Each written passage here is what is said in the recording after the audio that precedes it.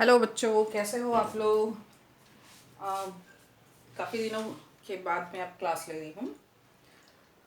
इसके पहले तक आ, हम लोगों ने स्टार्ट किया था चैप्टर नंबर 3 ऊष्मा एवं ताप। ठीक है, तो ऊष्मा एवं ताप में मैंने आपका ताप का इंट्रोडक्शन आपको दे दिया था कि एक्चुअली ताप है क्या।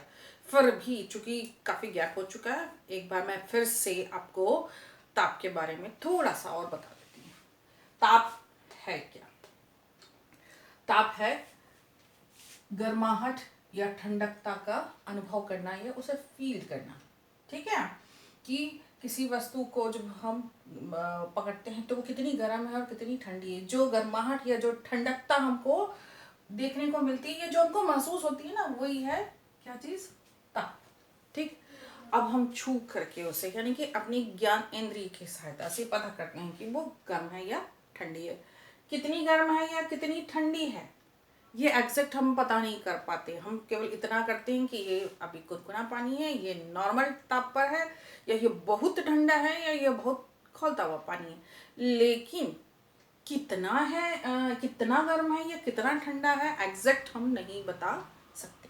ठीक है, तो सबसे पहले हम बात कर लेते कि ये जो गर्माहट और ये ठंडकता जो है वो किसी पदार्थ में उत्पन्न कैसे होती है। देखिए क्या होता है, मान लीजिए कोई पदार्थ है।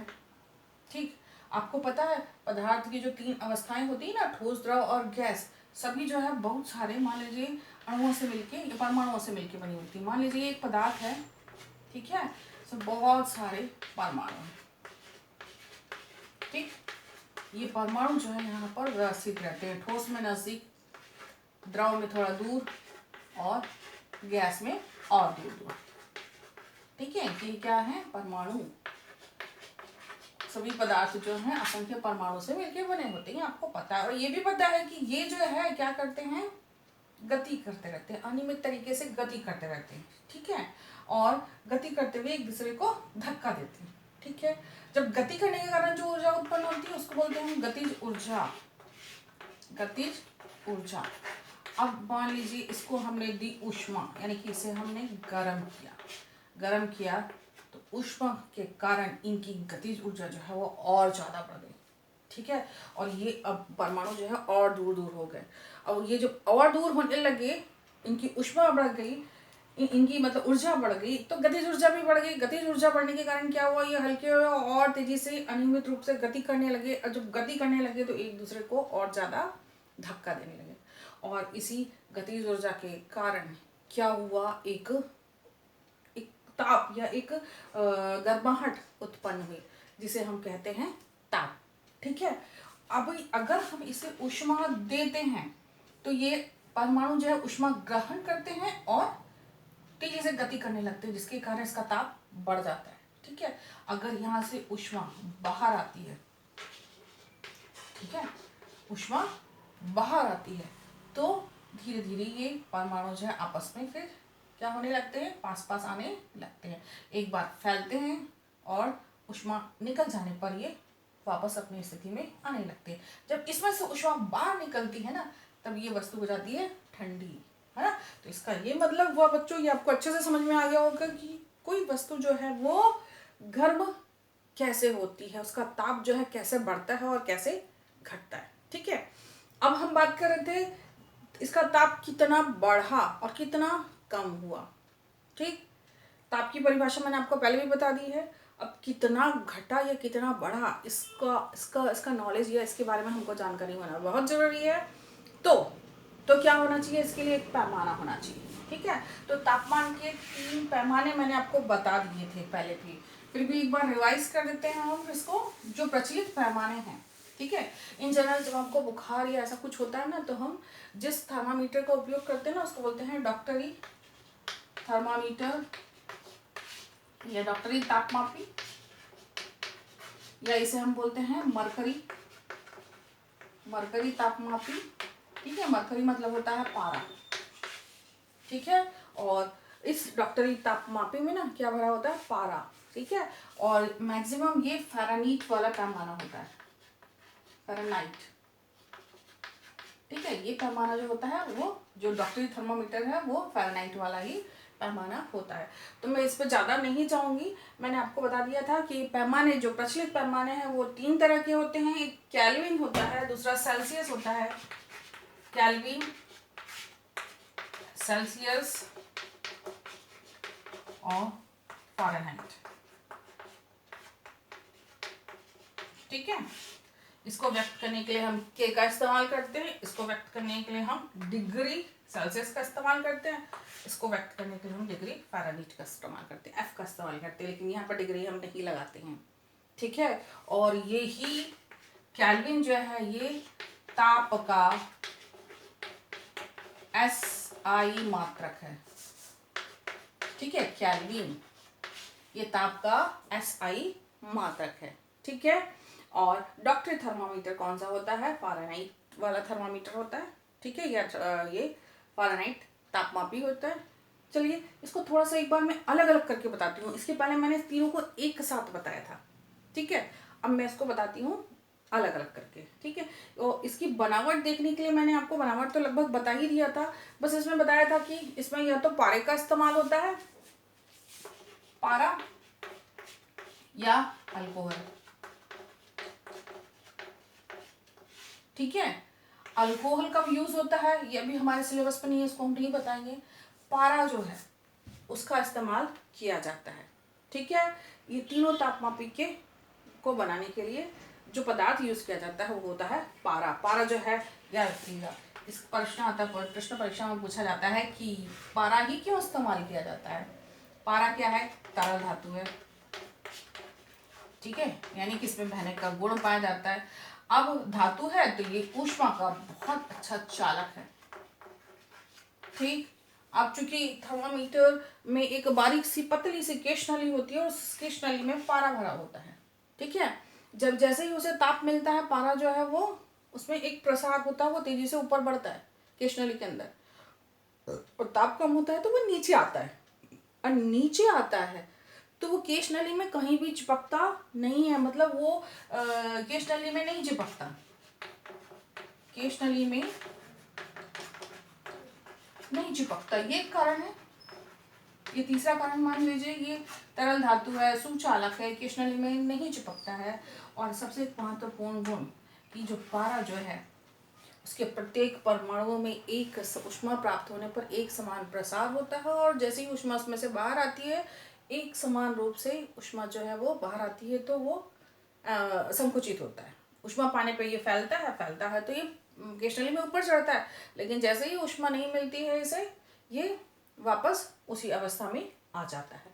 और इसके प्रत्येक कणों में प्रसार जो है वो समान रूप से होता है। इसका मतलब ताप जो है वो समान रूप से पारे में छुटता है, ये फैलता है। ठीक है, तो ये था, ये प्रश्न परीक्षा के दृष्टि से इम्पॉर्टेंट है कि थर्मामीटर में पारा ही क्यों इस्तेमाल किया जाता है।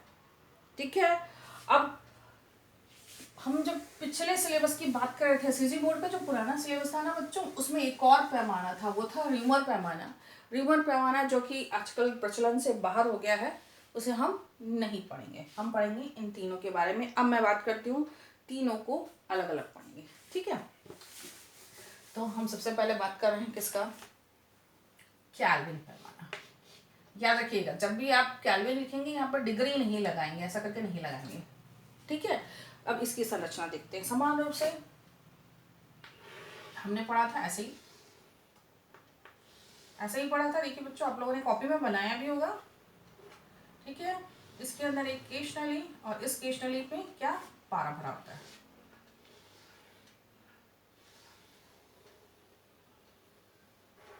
ठीक है, ये हमारे पारा जो है एक चमकदार धातु है। ठीक है, और चमकदार धातु जो है आजकल इससे ये ठीक से दिखाई नहीं पड़ती, कुछ लोग अचानक से नहीं देख पाते हैं इसे, तो इसको पढ़ने में, स्केल पढ़ने में दिक्कत आती है, तो इस पढ़ने के लिए क्या किया जाता है, इसे रंगीन कर दिया जाता है, इसमें कलर मिला दिया जाता है। ठीक है, तो किसी भी तापमापी का जब निर्माण किया जाता है तो मुख्य रूप से ये दो बातों पर निर्भर करता है। ठीक है, दो बातों पर निर्भर करता है। कौन सा वाला? ये दो बातें होती है, एक तो होता है पानी का या जल का, कहना चाहिए ये है हिमांक और दूसरा है जल का क्वथनांक। 9th में आप लोगों ने पढ़ा होगा कि हिमांक और क्वथनांक क्या होता है। पानी का हिमांक मतलब हिम बनना, किसका? पानी का। पानी जब बर्फ में बदलता है तो वो तापक्रम कितना होता है? 0 डिग्री सेल्सियस। ठीक है। और जब पानी उबलता है, ठीक है, पानी जब देखिए पानी धीरे धीरे धीरे धीरे गर्म होता है, जब वो खौलता है तो खौलने के समय क्या होता है, उसमें से भाप निकलती है। ठीक है। तो उस समय उस पानी का जो तापक्रम होता है वो कहलाता है क्वथनांक और ये होता है 100 डिग्री सेल्सियस। ठीक है। अब इन्हीं दो बातों को ध्यान में रख करके तीनों तापमापी के 2 स्थिर बिंदु बनाए गए हैं। एक है उच्चतम स्थिर बिंदु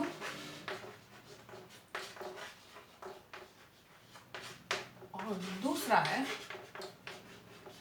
निम्नतम स्थिर बिंदु।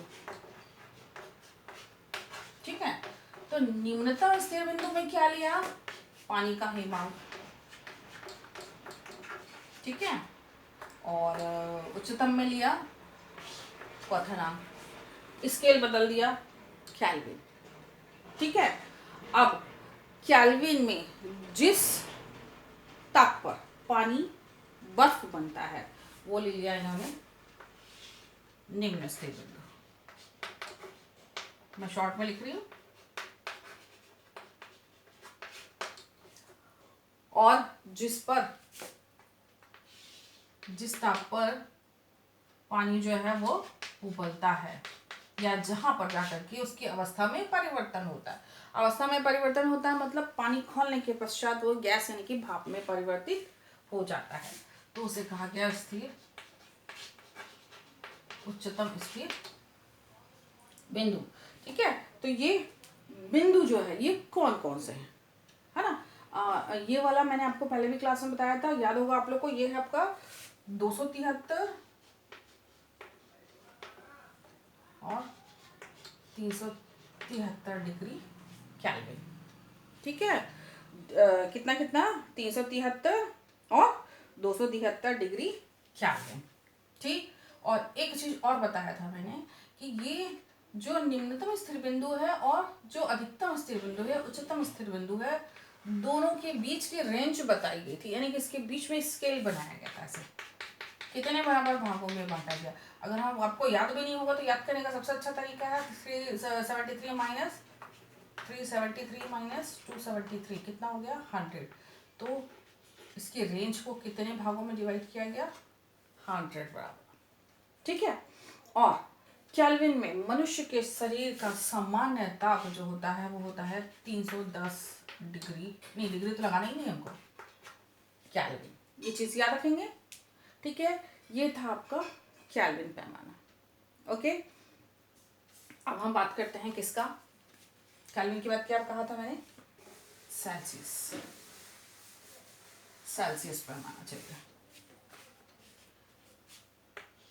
संकेत आप लोग सब जान रहे हैं।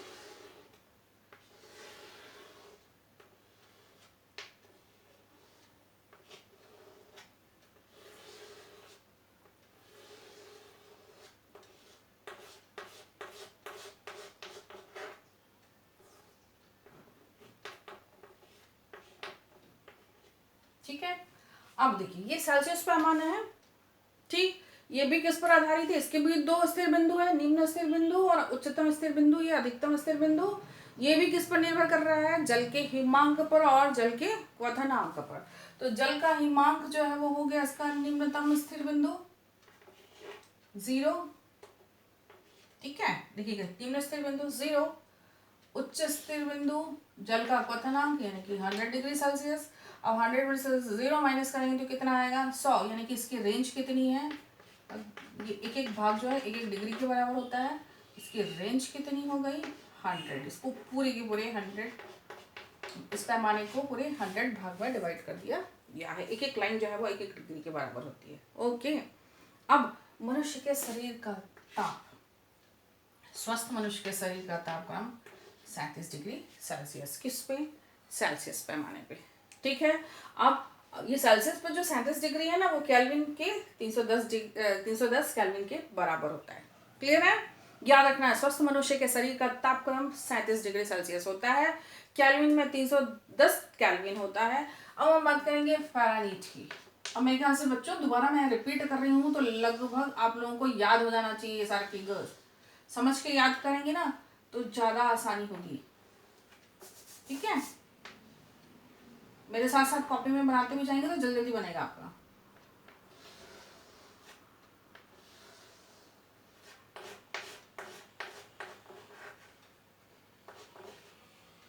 देखिए अब फ़ारेनहीट पे, फ़ारेनहीट पैमाना भी, इसके भी दो स्थिर बिंदु हैं, निम्नतम स्थिर बिंदु और अधिकतम स्थिर बिंदु।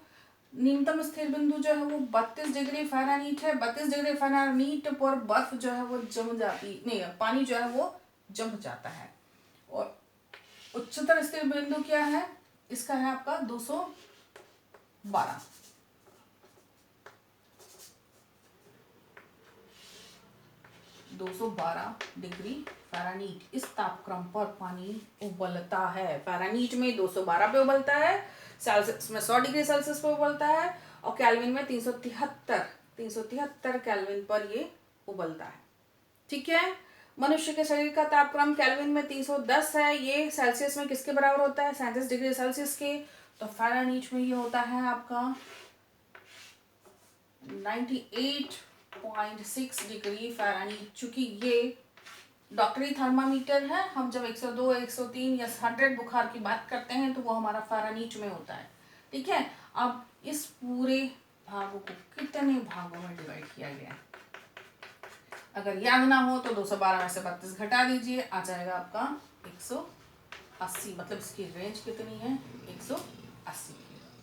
ठीक है बच्चों, तो यहाँ तक मैंने आप लोगों को बता दिया था कि ये पैमाने जो हैं, जो इन जनरली चलन में है, वो 3 प्रकार के हैं, केल्विन, सेल्सियस और फ़ारेनहीट।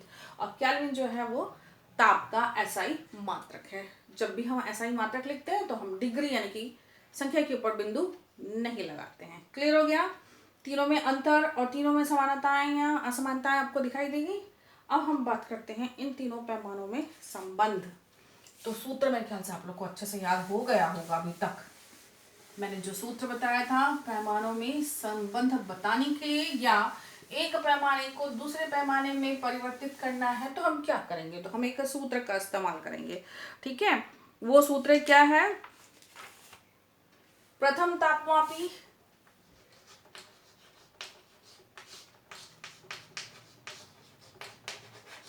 मापी का क्या? तापमान पैमाना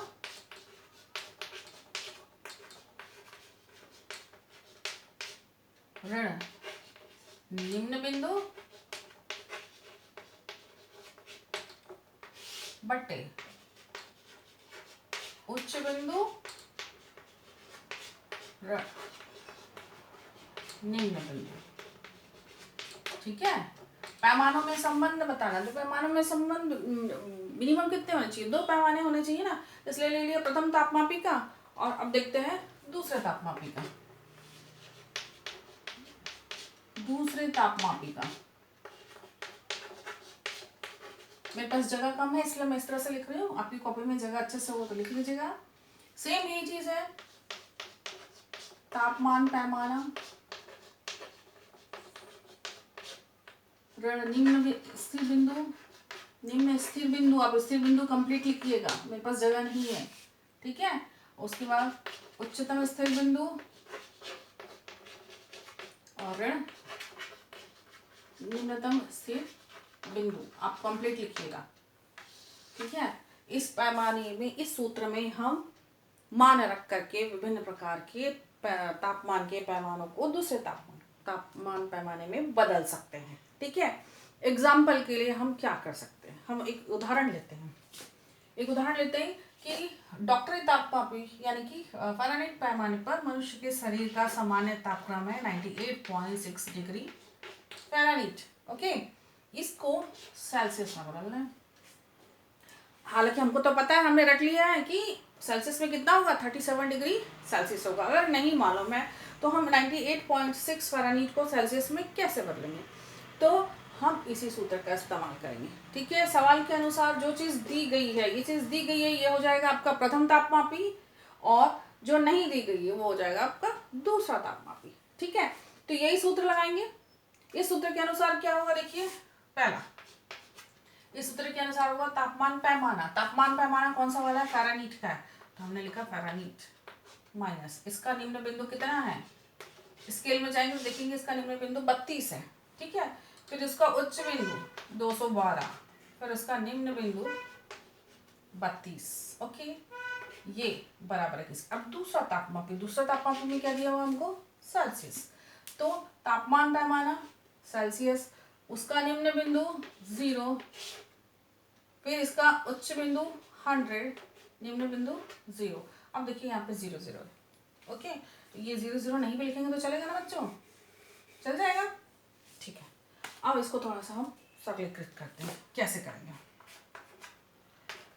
f माइनस 32 घटाएंगे 180 आया, c बटा 100। ठीक है, अब हम क्या करेंगे, पक्षांतर करेंगे। पक्षांतर करेंगे तो क्या होगा, ये आएगा ऐसे, देखिए c बाहर हो जाएगा। ठीक, c बाहर होगा तो क्या हो जाएगा, ये 100/180, और ये पक्षांतर हो जाएगा f माइनस 32। नीचे नहीं दिख रहा होगा, मैं ऊपर में आपको अच्छे से बताती हूँ, ये बताती हूँ।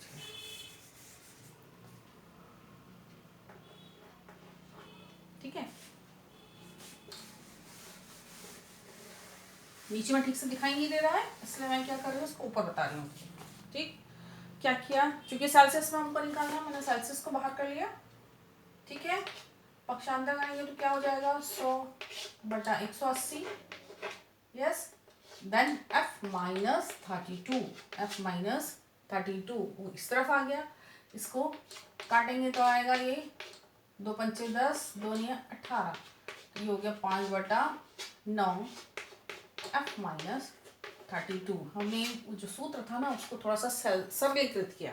ठीक है, अगर आप शुरू से बनाते हैं तो परीक्षा में भी आपको नंबर मिल जाएंगे।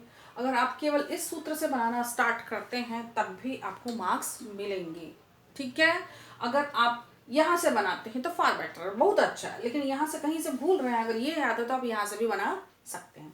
ठीक है, तो चलिए अब हम मान रखते हैं, इसमें क्या मान रखते हैं, 5/9 फ़ारेनहीट में कितना दिया था, 98.6 माइनस 32 डिग्री। ठीक है, माइनस करेंगे तो कितना आएगा, डिवाइड कीजिए, माइनस कीजिए बच्चों, कितना आएगा, देखिए यह आएगा मेरे ख्याल से आपका 66.6 आना चाहिए। आया क्या, देखो, यस 66.6 आया। ओके, बटा 9। ठीक है, इसका इंटू करेंगे तो कितना आना चाहिए, मे बी कितना आना चाहिए, बटा 9, और 9 से जब इसको भाग देंगे ना तो आ जाएगा इतना। तो 98.6 का सेल्सियस में मान कितना है, तो इसके पहले हमने देखा था C का मान, यानी कि मनुष्य के शरीर का सामान्य तापक्रम सेल्सियस में 37 डिग्री सेल्सियस होता है। तो आ गया ना बच्चों हमारा आंसर 37 डिग्री सेल्सियस। इसका मतलब हमने जो सवाल बनाया वो सही बनाया। ठीक है, एक और एग्जाम्पल हम लोग देख लेते हैं, थोड़ा सा बुक से देखने की कोशिश करते हैं एग्जाम्पल। और आपकी बुक में एक और एग्जाम्पल दिया गया है कि यदि किसी कमरे का तापमान 0 केल्विन है तो सेल्सियस पैमाने में उसका तापक्रम कितना होगा। ठीक है, क्या कहा गया है कि किसी कमरे का तापमान 0 केल्विन है। ठीक है, तो सेल्सियस में ये कितने के बराबर होगा। ठीक है, चलिए बता दो इसको। दूसरा उदाहरण बुक से ही है, आपको बुक में मिल जाएगा ये। ठीक, अगला है नेक्स्ट एग्जांपल है 0 केल्विन है, कमरे का तापमान 0 केल्विन है। अब इसको हमको किस में चेंज करना है, सेल्सियस में चेंज करना है। सूत्र कौन सा वाला होगा, वही वाला हो गया, लेकिन प्रथम तापमापी कौन सा वाला होगा, केल्विन होगा, द्वितीय होगा सेल्सियस का। तो प्रथम तापमापी का क्या लेंगे हम, के ऋण निम्न बिंदु। निम्न बिंदु कितना है बच्चों, याद कीजिए, केल्विन का निम्न बिंदु कितना होता है, 273 बटा अधिकतम 373 ऋण निम्नतम 273। अब C बटा 100, 0 0 तो है लेकिन हम नहीं लिखेंगे भी तो चल जाएगा ना, यहाँ ऋण 0 और यहाँ ऋण 0 ऐसा है ना, हम इसको नहीं लिखेंगे भी तो चलेगा। ठीक है, समझ में आ गया। अब हम इसको ऐसा मान रख करके निकाल सकते हैं कि नहीं निकाल सकते, यदि आप लोग कर लोगे तो मैं इसको आगे बताती नहीं हूँ, कर लोगे बच्चों, अगर नहीं कर पाओगे तो चलिए हम इसे बनाने की कोशिश करते हैं। 73 माइनस करेंगे, यहाँ पे 100 आया, ठीक, ये 100 की वही वैल्यू है क्या, 100 कट गया। अगर हमको इसको C में लेना है, C सेल्सियस में लेना है, तो हम पक्षांतर करेंगे तो क्या आ जाएगा, देखिए ये इधर जाएगा तो कितना हो जाएगा, K का मान कितना, अगर मैं K का मान रखती हूँ, चलिए यहाँ पे K का मान कितना दिया हुआ है बुक में, 0, ठीक है, 273 बटा 100, C बटा 100, इसकी वैल्यू कुछ नहीं है, मैं बता दूँ, ठीक है, ये कट जाएगा तो इतना ही बचेगा हमारे पास, बचेगा कि नहीं बचेगा। अब हम क्या करते हैं, हमको सेल्सियस में इसको चेंज करना है, जब ये उस तरफ जाएगा तो क्या हो जाएगा, उस तरफ जाएगा तो कितना आएगा इसका, अगर हम ऐसे भी लिखते हैं 0 में से 0 माइनस 273 डिग्री, 0 माइनस 273 में माइनस 273, ठीक है, ये हमारा आंसर है। ठीक है बच्चों, ये हमारा आंसर है कि सेल्सियस में इसका मान कितना होगा, -273 डिग्री सेल्सियस। 0 केल्विन का मान सेल्सियस में -273 के बराबर होगा। ठीक है, यहाँ तक समझ में आ गया आपको। इसके अलावा और बहुत सारे बुक में क्वेश्चन है, अगर आप बनाने की कोशिश कीजिएगा, नहीं बना पाए तो मुझे पर्सनली मेरे नंबर पे बात कीजिएगा, ठीक है, या मुझसे पूछ लीजिएगा या अपने डाउट क्लियर कर लीजिएगा। एक इम्पॉर्टेंट चीज़ मैं आपको बताती हूँ, वो है आपका 0 केल्विन, ये कितने के बराबर है, -273 डिग्री के बराबर है, डिग्री सेल्सियस के बराबर है।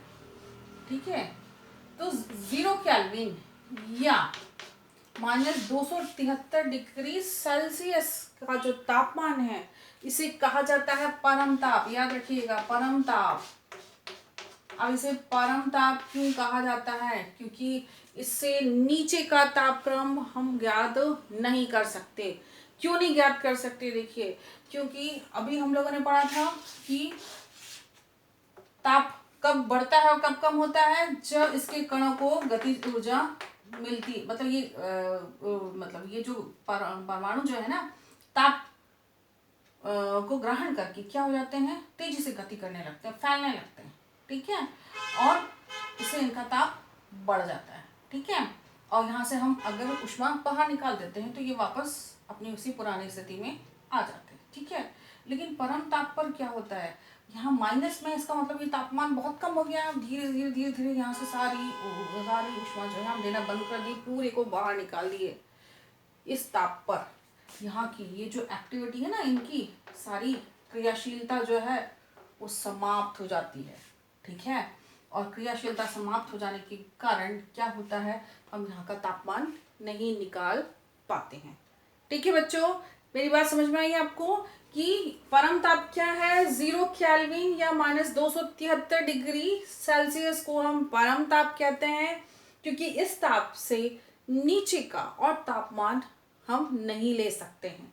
ठीक है, वो इसलिए नहीं ले सकते हैं कि इस तापमान पर पदार्थ के परमाणुओं की सारी क्रियाशीलताएं जो है वो समाप्त हो जाती हैं। ठीक है, ये चीज़ समझ में आ गया। चलिए अब हम थोड़ा सा और आगे बढ़ते हैं, देखते हैं क्या चीज़, ऊष्मा क्या होती है। ताप तो देख लिया, ठीक है, ताप हमने देख लिया। ऊष्मा क्या होती है, ऊष्मा एक प्रकार की तो ऊर्जा ही तो है। है कि नहीं है? हाँ बच्चों, ऊष्मा क्या है? ये ऊष्मा कोई पदार्थ नहीं है बल्कि एक प्रकार की ऊर्जा है जिसके कारण तापमान में बदलाव आता है। ऊष्मा क्या है? ये ऊर्जा है, और जब ऊर्जा में परिवर्तन आता है तो वस्तु के तापमान में भी बदलाव आ जाता है। अब ये बदलाव कितना है, इसे निकालने के लिए हम पैमाने का इस्तेमाल करते हैं या तापमापी का यूज करते हैं। ठीक है,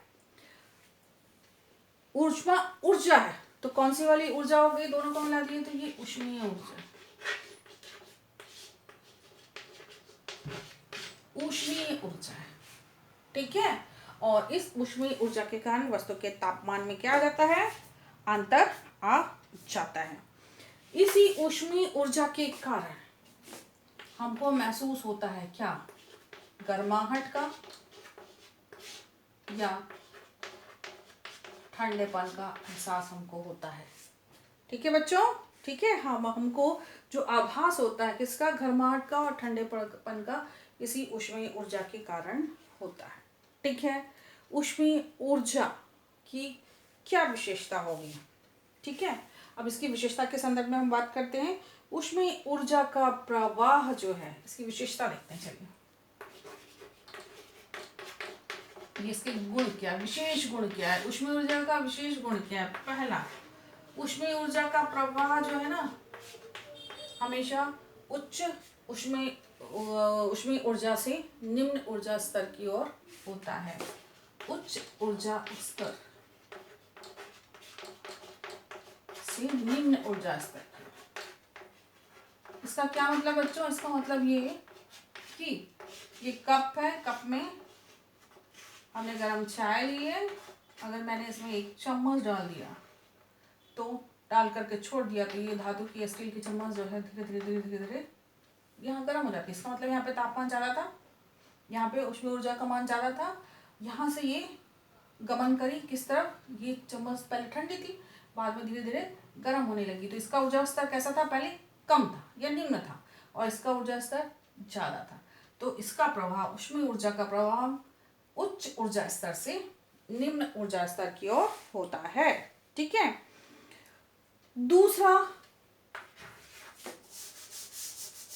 दूसरा महत्वपूर्ण गुण क्या होता है कि ऊष्मा बढ़ाने पर वस्तु के तापमान में वृद्धि होती है।